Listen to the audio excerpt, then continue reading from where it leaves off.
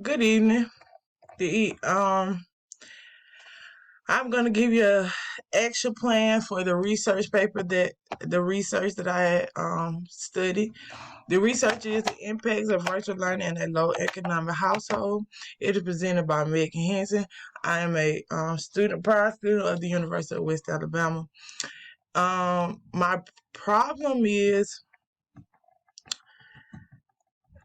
for many years, traditional teaching was the only option for K through 12 students in a low economic household. And then when COVID hit, the implementation of virtual learning was introduced. And when it was introduced, it took the rural area, especially in the state of Alabama, by storm. It made a very, very bad negative impact on our student body. It causes our students to regress more so than progress, because for one, every student in our area did not have access to the internet. They did not have access to computers or any of those resources in order to actually perform virtual learning. We were limited to they had limited resources. So I think that gave our students poor achievement. They had poor achievement studies. Uh, their test scores, and um their test scores regressed instead of progress during this time. The data that I collected is displayed on the screen behind you. Shortly it will be displayed. This is the data that I collected from students that did virtual learning versus the students who did traditional learning, students with internet access versus students without internet access. This is just the poll that we took to see what students actually have internet access and what student does not. And also, this is the students who were virtual students who were actual virtual students and had a progress or decrease. Progress or regress in their academic achievement, and these are the results from that. Students learning face to face with access to internet grades was higher than students learning virtually. I used a mixture of quantitative and qualitative research graphs reflecting progress and regression. One group was the benchmark group, and the other one was the trial group.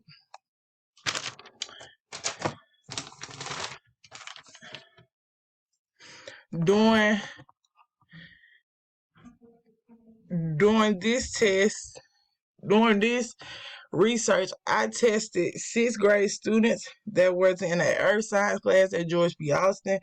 They were split evenly. They were chosen randomly. They wasn't chosen by any other by any special population. They was just chosen at random. This data comes from pre and post test. Students were chosen randomly, then placed in control of any experimental group. So each child can have the same opportunity to assure that the data collected was a representation of the entire student body. The validity of the test was constructed from the Alabama Course of Study in the Earth Science curriculum.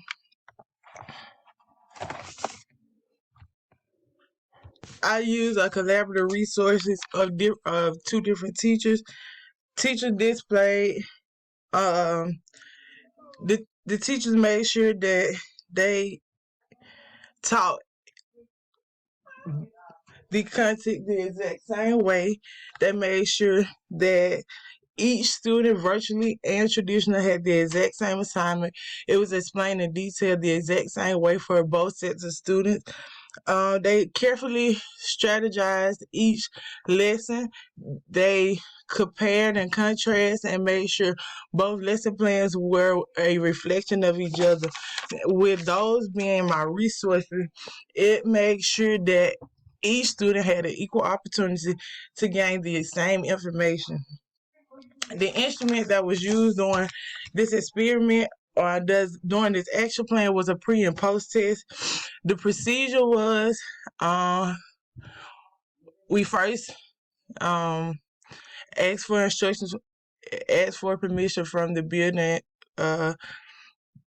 supervisor, then we sent home parental consent form. After parental consent form was sent home, and every student that was participating, we selected the students at random by random drawings. Then we gave each student a pretest. After the pretest was given, we graded the pretest, and then we start teaching the lecture, the information to each student in order to ensure that they had the information needed to take the post test. After a 5-week process, we the students were given a post test. The post test was then graded and the data was collected for the post test. This procedure was a quite simple procedure, but it was a very tedious procedure to make sure we didn't give any information on the post test or pre-test that wasn't taught during the 5-week process. If I would have to actually implement this, I would still do it the exact same way. I would first get permission from the building supervisor in order to conduct the experiment. Then I would send home parental consent forms if I had to send home parental consent forms. This is on the screen this is the parent consent form, and it just telling in detail that the purpose of the study is to examine the effects of implementing virtual teaching in a rural economic household. The participants of this study are 6th graders in a researcher's class. To evaluate, the researcher would like to implement virtual learning within the classroom. Your child's participation is being requested. The information acquired will be held secret and utilized distinctly for the sole reason for supporting this investigation. You are urged to pose any inquiries you may have about this exploration. It is not required that your child take place, and if eventually you alter your perspective, your child can be eliminated from the examination. The discovery of the examination will be reported and evaluated. Please consider permitting your child to participate. I'm more than certain that the procedure that will be executed will provide your child scholastic expedition and disposition towards school. So it just gave the parent full details of what will be done and how it will be done and what's the process that we would take. The results was virtual learning can be used as an option if and only if all students have access to the internet both in school and at home. And I think now, since COVID, since we was forced to implement virtual learning, more students in the rural area have more access to internet or at least some type of hotspot connection in order to get work done. If I had to change anything, I would broaden the students that I did the research on. I would do the entire middle school to see if maturity and self-motivation has anything to do with the lack of progress or regression in the student outcome. I think those are the only things that I would change. The further research that I did was I am still researching that. I think students in higher economic I still think that students in higher economic households has a better opportunity for virtual learning. But I'm researching which one has the best opportunity for student achievement rates. Thank you. Have a great day.